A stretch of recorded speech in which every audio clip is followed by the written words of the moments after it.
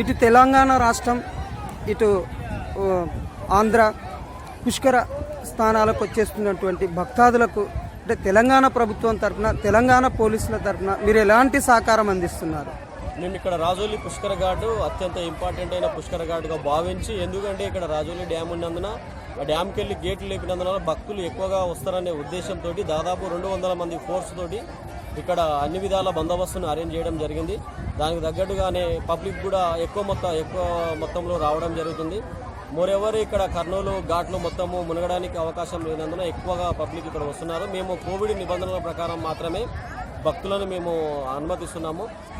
స్నానాలు చేసిన వెంటనే వాళ్ళని ఘాట్లో నుంచి బయటికి పంపించడం జరుగుతుంది. ఇక్కడ భక్తులకు ఎటువంటి సమస్యలు లేవు.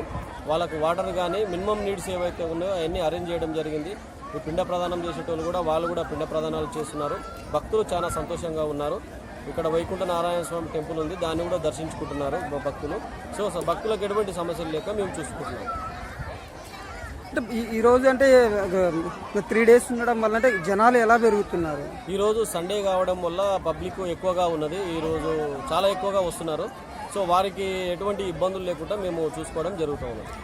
అంటే ఆంధ్రాలో వచ్చేసి ఆంధ్రప్రదేశ్లో అంటే ఈ పుష్కర స్థానాలకు అనుమతించట్లేదు, అంటే తెలంగాణ ప్రభుత్వం అనుమతించింది. మేము అనుమతించినా కానీ మేము కోవిడ్ నిబంధనల ప్రకారమే వాటిని పుష్కర స్నానాలకు అలౌడ్ చేయడం జరుగుతూ ఉన్నది. మీ పేరు సార్? నా పేరు Srinivas, Rajoli sir. Thank you.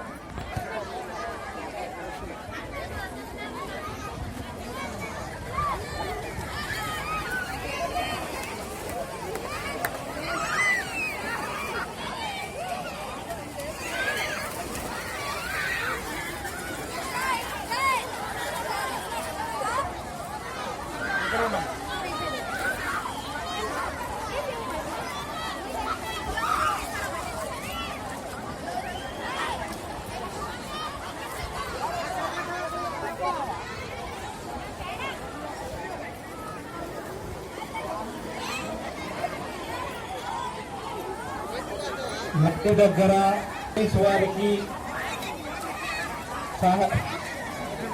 సహకరించే